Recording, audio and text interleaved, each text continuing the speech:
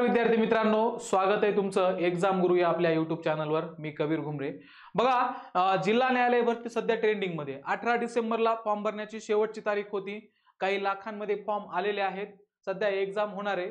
यामध्ये एक महत्त्वाचं पद काय 1266 जागा आहेत सध्याच्या। बाकीच्या मी तुम्हाला वेटिंग लिस्टच्या सोडता या वर्षीच्या जागा सांगायलोय। 1266 जागा असणार आहेत कुणाला? शिपाई किंवा हमाल या पदासाठी। आता शिपाई हमाल या पदावर हा व्हिडिओ बनवण्याचं कारण काय? उगाच येऊन गप्पा मारणार आहे मी तुमच्या बरोबर। या व्हिडिओमधून तुम्हाला काय फायदा होणार आहे? हा व्हिडिओ जर तुम्ही शेवटपर्यंत पाहिला तर शिपाई किंवा हमाल या पदाचे 10 मार्क तुमचे पक्के होणार असं समजा। म्हणजे पूर्ण एक्झामच्या 20% सिलेबस मी तुम्हाला या 10 ते 15 मिनिटांमध्ये या व्हिडिओमध्ये सांगणार आहे। त्यामुळे शेवटपर्यंत तुम्ही हा व्हिडिओ बघा। का सांगणार आहे? महत्त्वाचं काय मी जे तुम्हाला म्हणलो 10 मार्क। बघा, शिपाई किंवा हमाल पदाची एक्झाम असणार आहे तुमची 50 मार्कांची, बरोबर? 50 मार्कांचं त्यांनी डिवायडेशन कसं केलंय? 30 मार्काची तुमची एक टेस्ट असणार आहे, एमसीक्यू बेस्ड टेस्ट असणार आहे। त्या एक्झाम मध्ये जर तुम्ही पास झाले तर पुढच्या टप्प्याला तुम्ही क्वालिफाय होणार। तो टप्पा असणार आहे तुमचा 10 मार्काचा। तो काय? तुमचा स्किल टेस्ट किंवा ज्याला स्वच्छता किंवा चापल्यता चाचणी म्हणतो आपण, ती असणार आहे 10 मार्काची। आणि याच्यामध्ये जर क्वालिफाय झालात मग तुम्ही जाणार शेवटी 10 मार्काची तुमची असणार आहे मुलाखत, बरोबर? मग मी आज जो व्हिडिओ बनवणार आहे, मी आज तुम्हाला जे काही सांगायला लागलोय याच्यावर सांगणार आहे 10 मार्क। म्हणजे 50 मार्काचे 10 मार्क जर पकडलं तर 20% हा तुमच्या एक्झामचा। आणि 20% म्हणण्यापेक्षा हा जर टप्पा तुम्ही पार केला तर तुम्ही शेवटच्या टप्प्याला जाणार। शेवटचा केला मग तुमचं सिलेक्शन होणार आहे। मग एकदा लक्ष देऊन बघा। आता काय करणार ते उमेदवारांनी 7वी पास पाहिजे, बरं का? आता याच्यामध्ये मुलांना बरंच सारं कन्फ्युजन झालं होतं की सर 7वी नंतर आम्ही काय? त्यांनी सरळ सरळ सांगितलं होतं की 7वी असाल तर मार्कशीट तुम्ही द्या, आणि जर 7वी नंतर शिक्षण घेतलं असेल तर 50% टाका। त्याच्यानंतरचं जे एज्युकेशन आहे ते तुम्ही भरू शकता, तुम्ही फॉर्मला क्वालिफाय व्हाल। पुन्हा त्यांनी आता काय सांगितलं की त्याची शरीर यष्टी चांगली असावी। मग आता शरीर यष्टी चांगली असावी याच्यामुळं बऱ्याच साऱ्या मुलांनी काय केलं माहिती का? आपले अनुमान लावायला लागले। म्हणजे आपले असतात ना व्हॉट्सअप युनिव्हर्सिटीचे हिरो, काय काय अनुमान लावला? सर मग हाईट मोजतील का? सर मग वजनच मोजतील का? किंवा हे तुम्ही पोलीस भरती करायला नाही चाललात, तुम्ही जिल्हा न्यायालयामध्ये शिपाई किंवा हमाल या पदासाठी चाललात। जरी त्यांनी दिलेले शरीर यष्टी चांगली असली तरी देखील तुमचं वजन, उंची, लांब उडी, उंच उडी, हे 1600 मीटर 800 मीटर असला काही प्रकार नसणार आहे तिथं। पोलीस भरती नाहीये ती। शरीर यष्टी चांगली या अर्थाने दिलेली आहे की तो चपळ असणं गरजेचं आहे, ठीक आहे? म्हणजे हेल्दी माणूस वेगळा आणि युगा असा धष्टपुष्ट हा वेगळा प्रकार असतो, ठीक आहे? त्यांना एकदम असा जाडा भरडा स्थूल असा नाही पाहिजे। त्यांना चपळ चालाक माणूस पाहिजे की सांगितलं काम की त्यांनी पटकन ते काम करावं, किंवा त्याला एक काम जर एकदा सांगितलं तर त्यांनी ते पटकन केलं पाहिजे। नाहीतर असं नको की एक काम सांगितलंय मग ते काम कसं करायचं हे पुन्हा 8-10 वेळेस सांगायची जर वेळ आली तर त्या जजला वाटेल काय म्हणजे चूक झाली आणि तुला काम सांगितलं मी। असा व्यक्ती त्यांना नाही पाहिजे। या अर्थाने त्यांनी दिले की बाबा शरीर यष्टी चांगली असावी जेणेकरून तो चपळाईने एखादं काम पटकन करून टाकल। किती मार्क आहेत? 10 मार्क आहेत, ठीक आहे? या टेस्टला केव्हा? जेव्हा तुम्ही 30 मार्काची टेस्ट पार कराल मग तुम्ही चापल्यता चाचणी आणि मग तुमची असणार आहे मुलाखत। म्हणजे तुमची ही टेस्ट एमसीक्यू बेस्ड टेस्ट आणि तुमची मुलाखत यामधला जो पूल आहे ती असणार आहे ही स्वच्छता आणि चापल्यता चाचणी 10 मार्क। आणि पेमेंट पण रगड आहे, 15,000 ते 47,600। म्हणजे जवळजवळ एका बँकेतल्या पीओ लेवलचा पगार तुम्हाला असणार आहे। जरी पदाचं नाव शिपाई किंवा हमाल असेल तरी इकडला तिकडला आंडू नाहीये, तो न्यायालयामधला असणार आहे, हे लक्षात ठेवा। मग आता आपल्याला बघायचंय की काय त्यांचा काय क्रायटेरिया आहे, कशी घेणार आहेत ही टेस्ट, काय काय गोष्टी तुमच्या चेक केल्या जातील, तुमची तयारी कोणत्या कोणत्या मुद्द्यांवर असली पाहिजे जेणेकरून तुम्ही या टेस्टला व्यवस्थित पद्धतीने पार कराल। काय करणार ते? 1:7 असं गुणोत्तर ते निवडणार। म्हणजे समजा त्यांना जर एक उमेदवार मुलाखतीसाठी पाठवायचा आहे, ठीक आहे? एक उमेदवार जर मुलाखतीसाठी पाठवायचा आहे तर ते काय करणार? 7 मुलं घेणार, 7 मुलांना ती टेस्ट घेणार आणि 7 पैकी ते काय करणार? एका मुलाला मुलाखतीमध्ये पाठवणार। म्हणजे बघा इथं किती कॉम्पिटिशन असणार आहे। 7 मुलांना तुम्हाला 7 मुलांपेक्षा तुमच्याकडे वेगळं काय आहे की तुम्ही या टेस्टमध्ये पास व्हाल किंवा सगळ्यात जास्त मार्क घ्याल, हा असणार आहे तुमचा कळीचा मुद्दा। मग बघितलं तुम्हाला, मग त्यानंतर तुम्ही जाणार इंटरव्ह्यूला, ठीक आहे? आता बघू आपण मग नंतर पुन्हा 1:3 या गुणोत्तर प्रमाणे काय करणार ते तुम्ही मुलाखतीसाठी जाणार शेवटी। मग शेवटी काय 1:7 असणार आहे तुमचं चापल्यता चाचणीसाठी, 1:3 असणार आहे तुमचं गुणोत्तर मुलाखतीसाठी। हा झाला आपला सगळा बॅकग्राऊंड की बाबा इथपर्यंत जायचंय, इथपर्यंत गेल्याचं महत्व काय आहे, या टेस्टला किती सिरियस घ्यायला पाहिजे, किती सिरियस नाही घ्यायला पाहिजे। ठीक आहे, आता बघूया मग वन बाय वन। मी तुमच्यासाठी काही पॉइंट काढलेले आहेत। ठीक आहे, एवढ्या पॉइंटवर जर तुम्ही प्रॉपर काम केलं तर मी गॅरंटी देतो 10 पैकी 10 म्हणलं तरी तुम्ही मार्क घेऊन याल। चला ठीक आहे, 10 पैकी 10 तुम्हाला अतिशयोक्ती वाटायला लागली, 10 पैकी 8-9 तर कुठंच गेले नाही। एवढ्या पॉइंटवर तुम्हाला स्वतः काम करायचंय, तुम्हाला ऑब्झर्व करायचंय की यापैकी कुठल्या पॉइंट मध्ये मी काय कमजोर आहे, मी स्ट्रॉंग आहे, हे सगळं बघा आणि जो तुमचा वीक पॉइंट आहे त्याच्यावर तुम्ही काम करा। पहिला मुद्दा बघा, आता पहिला मुद्दा काय, कॉमन सेन्स।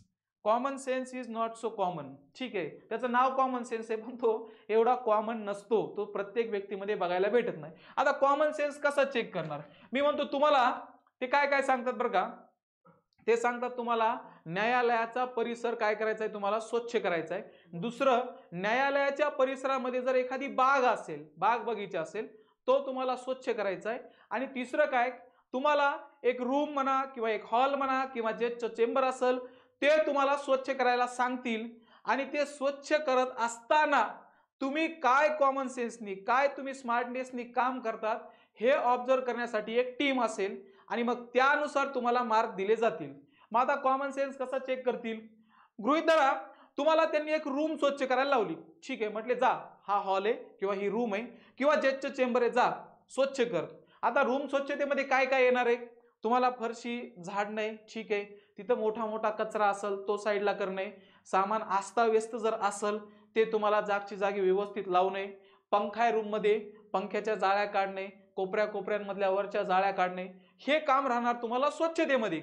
मग आता कॉमन सेन्स तुमचा चेक काय करणार, समजा तुम्ही गेलात आणि डायरेक्ट आधी फरशी मस्तपैकी धुतली वगैरे साफ केली आणि मग शेवटी जर बाबा गेला पंखा साफ करायला किंवा जाळ्या काढायला, मग पुन्हा येणार, पुन्हा काम वाढणार।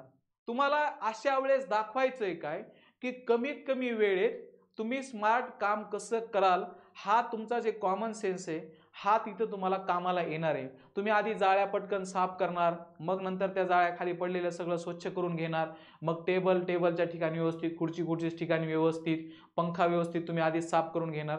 हे जर तुम्ही दाखवलं, ठीक आहे, तर मग त्यानुसार तुमचे मार्क असणार, हा आहे तुमचा कॉमन सेन्स। दुसरा आहे बगीचा साफ करायला गेलात, ठीक आहे, बगीच्यामध्ये काय राहणार आहे रे, पाईप वगैरे इकडे तिकडे पडलेले असतील। आता हे गोष्टी तुम्हाला ऐकायला साध्या वाटतील बरं का, पण 10 मार्क याच्यावर आहेत तुमचे आणि ऍक्च्युअल मध्ये अशीच टेस्ट होते।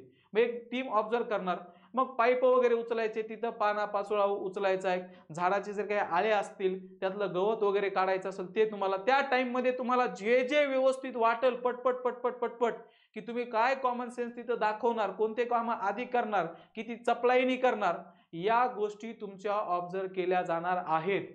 आणि याच्यामध्ये सगळ्यात महत्त्वाचं ऑब्झर्व काय करणार आहे ते की काम दिलंय तर काम इमानदारीने करतोय का नाही करतोय, का उगाच टंगळ मंगळ करायला आहे। आणि मी हात जोडून सगळ्यांना विनंती करतो की त्या टेस्टमध्ये खरोखरच एरवी तुम्ही इमानदार असाल नसाल, घरच्यांचे काम ऐकत असाल नसाल, कधी आयुष्यात झाडू मारला नाही, कधी आयुष्यात पाणी भरलं नाही घरी, तुमचा जे काही पाटीलकी, तुमचा जे काही आविर्भाव आहे ना तो घरी ठेवा। तुम्ही तिथं गेल्यानंतर त्या एक्झामला क्रॅक करण्यासाठी, त्या स्टेपला क्रॅक करण्यासाठी तुम्हाला जे जे आवश्यक आहे ते अतिशय प्रामाणिकपणे करा, तर तुम्ही मुलाखतीला जाल, मग नंतर पास व्हाल, मस्तपैकी महिन्याला 40-50 हजार पगार भेटल। नाहीतर काय होतं माहिती का, आपला इगो सगळ्यात महत्वाचं लक्षात ठेवायचं, कुठल्याही इंटरव्ह्यूला जाण्याच्या अगोदर आपला इगो, आपलं मोठेपण आपण कुणाचं ऐकून घेत नसतो। आजपर्यंत आपल्याला कोणी बोललं नाही, आजपर्यंत कुणाची काम सांगायची हिंमत झाली नाही, या ज्या गोष्टी आहेत ना ह्या उंबऱ्याच्या बाहेर ठेवा, ठीक आहे, किंवा घरातून निघताना तुमच्या घरात ठेवा आणि मग या। तर पहिला मुद्दा काय, कॉमन सेन्स। तुम्हाला एखादं काम दिलं तर ते काम तुम्ही कोणत्या कोणत्या स्टेपनी करतात, नाहीतर शेंड्या करून आपलं करायचं असेल, ठीक आहे, बुडा करून करायचं की शेंड्या करून एखादं काम सुरू करायचं, हेच जर नाही कळलं वेळ निघून जाणार, त्यांना कळणार अरे अरे अरे न्यायालयातला शिपाई आहे, शिपाई आहे पण कुठला आहे, न्यायालयातला शिपाई आहे। तर तेवढं तर ते दर्जा बघतील ना रे तुमचा कॉमन सेन्सचा। तेवढा ठेवा, ठीक आहे, नीट ऑब्झर्व करा. सिन्सिअर किती आहे, दुसरा पॉइंट. काम सांगितलंय म्हणून काम करणार नाही पाहिजे त्यांना, ठीक आहे. जे काम त्यांना दिलेलं आहे तो काम स्वतः तो अंगावर घेऊन पटकन तो काम कसं करणार आहे. किंवा सवय काय असते माहिती, काय काय लोकांना, आता एक काम दिले पटकन जर केलं ना मग काय करतील माहितीये की मला हे दुसरं काम देतील. अच्छा मग एक काम करतो मी, यालाच रटाळवाणी करीत बसतो ना किती वेळ मी, बघू मग काय होते, दुसरं काम देणार नाही, दिवस कटल, दुसऱ्या दिवशी करू. असा चावरेपणा तिथं करायचा प्रयत्न करू नका. तुम्ही तिथं हे दाखवून द्या की तुम्हाला एखादं काम दिलंय तर ते तुम्ही स्वतःच्या घरचं काम असल्यासारखं, म्हणजे तुम्हाला पगार भेटणार आहे, ठीक आहे, असं समजून, किंवा तुमचं सिलेक्शन झालंय असं समजून ते काम किती सिन्सिअरली करतात हा मुद्दा ते बघणार आहेत. मी जे हे काढलेत हे पॅरामीटर काढलेत की एखादं काम करताना ते तुमच्यामध्ये त्यांना काय काय गोष्टी आवश्यक आहेत, काय काय गोष्टी त्या बघणार आहेत तुमच्यामध्ये, हे सांगायलोय. तिसरा मुद्दा काय, स्पीड. आता याच्यामध्येच मी तुम्हाला सांगितलं, नाही नाही मग एक काम दिलंय मग मी त्यालाच रटाळवाणी करीत बसतो ना, म्हणजे मला दुसरं काम सांगणार नाही, मग तोपर्यंत माझा टाइम होईल, मग चला मस्तपैकी उद्या करू काम, असं जमणार नाही. तुम्हाला तिथं तुमचं चपळता, मुळात त्या टेस्टलाच नाव काय रे, चापल्यता चाचणी. आणि चापल्यता चाचणीमध्ये चापल्यच नाही दाखवलं मग ते चापटीतील तुम्हाला आणि निघा बाहेर म्हणतील, तुमचं सिलेक्शन होणार नाही. गोष्टी सिन्सिअरली घ्या. कारण माझा एक मित्र होता, बँकिंगच्या इंटरव्ह्यूला सिलेक्शन झालं, मी त्याला म्हणलं एक काम कर, तू दाढी वगैरे प्रॉपर कर यार, म्हणलं एकदम क्लीन शेव कर. ऐकलं नाही, नाही मला एवढं कोण बघायला इंटरव्ह्यू, म्हणलं अरे कपडे नवीन घे, इंटरव्ह्यू आहे, ऑफिसर होशील, 70-80 हजार पगार आहे तुला. सिरियसली नाही घेतलं. मित्रांनो आश्चर्य वाटेल, फक्त 2 मार्कांनी त्याची पोस्ट हुकली. मग नंतर माझ्याकडे आला आणि पुन्हा मग नंतर म्हटला दुसऱ्या इंटरव्ह्यूला, तू चल म्हणला आता माझ्या बरोबर, कपडे काय घ्यायचे, शूज बीज तू म्हणशील ते घेतो बाबा म्हणे, पण आता मला रिस्क घ्यायची नाही. का? कारण की तुम्ही इंटरव्ह्यू असेल, कुठली स्किल टेस्ट असेल, जेवढ्या सिन्सिअरली द्याल तुमच्या आयुष्याचं भलं होईल. जेवढी स्पीड तुम्हाला दाखवता येईल, पण नुसती स्पीड कामाची नाही, त्या स्पीडमध्ये काय असलं पाहिजे, कोऑर्डिनेशन असलं पाहिजे. आणि तिसरं आहे, तुम्हाला काय करायचंय बघा, कोऑर्डिनेशन करणं आहे बघा, सगळ्यात महत्वाचं की तुम्हाला कोऑर्डिनेशन तुमचं लक्षात ठेवायचंय, ठीक आहे. मग आता बघा कोऑर्डिनेशन काय भानगड आहे, एका 7 जर असले, ठीक आहे, ते निवडणार आहेत किती, एका पोस्टसाठी 7 लोक, आणि 7 मधून मग एकाला निवडायचे. त्यामुळे एक असं होऊ शकतं की तुम्हाला ग्रुपमध्ये काम सांगितलं जाऊ शकतं. या आधी मी त्यांच्याबरोबर डिस्कशन केलेले, त्यांनी सांगितले की सर हो अशा पद्धतीने टास्क दिलेला आहे, म्हणजे ग्रुपमध्ये जा आणि काय करा, बाथ साफ करा, असे टास्क दिलेले. आणि मी हे जे काही पॉइंट काढलेले हे मी असे हवेमध्ये मी बसलो आणि लगेच टाईप केले असे नाही काढलेले, मी सगळ्यांबरोबर डिस्कशन केलेले आधी, आणि त्यामुळे मी तुम्हाला एवढं जीव तोडून सांगायला लागलोय, ठीक आहे. मग टास्क दिला, 7 जण एकत्रित काम करायला लागलेत, ते 7 जणांमध्ये ऑब्झर्व करणार, आणि ते खूप चावरे लोक असतात कारण ते न्यायालयामधले लोक आहेत, त्यांची नजर एकदम करडी नजर असते. तुम्ही त्यांना फसवण्याचा प्रयत्न करू नका. जेवढं जेन्युइनली, जेवढं इमानदारीने तुम्हाला काम करता येईल तेवढं करा. मग ते 7 लोकांमध्ये ऑब्झर्व करणार की याच्यामध्ये टीमला कोऑर्डिनेट करून करण्याची क्षमता कुणामध्ये आहे किंवा कोण दाखवते. नाहीतर कसं असतं, काही लोक टीम मध्ये काम करतात, पण टीम मध्ये काम करत असताना अप्रोच कसा असतो माहिती का, आम्हाला काय करायचंय सगळ्याचं, मी माझ्या वाट्याचं आपलं आपलं करतो बाबा, आणि बाकीच्यांना काय करू किंवा नाही करू मला काय फरक पडायला लागलाय. असा अप्रोच जर तुमचा दिसला, समजून जा तुम्ही तिथून बाजूला आहे. म्हणजे कोऑर्डिनेशन, तुमच्यातला जो कोऑर्डिनेट करण्याचा जो गुण आहे तो तिथं दिसू द्या. आणि बघा शेवटला काय, डिसेंट, किती सभ्य आहे, सगळ्यात महत्वाचा सभ्य. कधी कधी माहिती का, आता हा अनुभव माझ्या बरोबर देखील आलेला, मी तुम्हाला सांगतो. आपल्या आवाजातल्या चढ उतारावरून आपल्यातला सभ्यपणा, उद्धटपणा समोरच्याला दिसतो, कारण ही मराठी भाषा आहे, ठीक आहे. इथं आवाजातल्या चढ उतारावर, म्हणजे आपण एखाद्याला म्हटलो थोडं पाणी घेतोस का, त्याला वाटतं अच्छा मला रिस्पेक्ट देऊन विचारायला, आणि तुम्ही तेच म्हणा पाणी घे रे जरा, त्याला समोरच्याला वाटलं अबे तू मला आदेश द्यायला, धमकी द्यायला काय करायला लागला, आजा तुझं पाणी घे. हा आवाजातला चढ उतार हा बऱ्याच विद्यार्थ्यांचा प्रॉब्लेम असतो. म्हणजे वाक्य एकच आहे, मुद्दा तोच आहे, पण तुमच्या आवाजातल्या चढ उतारावरून तुम्ही उद्धट आहात की तुम्ही सभ्य आहात, विनम्र आहात, हे दिसणार आहे. हे तुम्ही त्या टेस्ट मध्ये दिसू द्या. का? कारण की तुम्हाला जजला बोलवायचं असेल, ठीक आहे, किंवा तुम्हाला आरोपीला कॉलिंग करायची असेल, ठीक आहे, अशा वेळेस तुमच्या आवाजातली डिसेन्सी दिसली पाहिजे. हा सगळ्यात महत्वाचा पॉईंट इथे मी तर म्हणतो की तुम्ही याला मार्क करून ठेवा. तुम्ही सभ्य आहात का नाही आहात, मला म्हणजे आता तुम्ही सभ्य आहात का नाही आहात हे प्रत्येकाने ज्याचं त्याचं काय करायचंय, मूल्यांकन करायचंय. ठीक आहे, पण तिथं दाखवा. ठीक आहे, तुम्ही काय आहात याच्यापेक्षा तिथं तुम्ही काय दाखवणार आहात आणि काय दाखवायचंय, तर या 7 पॉइंट तुम्हाला तिथं दाखवायचे. आणि जर तुम्ही दाखवले, बिलीव्ह मी, तुम्ही 10 पैकी चला गेला बाजार काय हरकत नाही, 8 ते 9 मार्क कुठंच गेले नाही. चला 8 ते 9 सोडून द्या, एका 7चा रेशो आहे ना, तुम्ही त्या 6 जणांना मागं सारून एकटे इंटरव्ह्यूला पुढे जाऊ शकतात.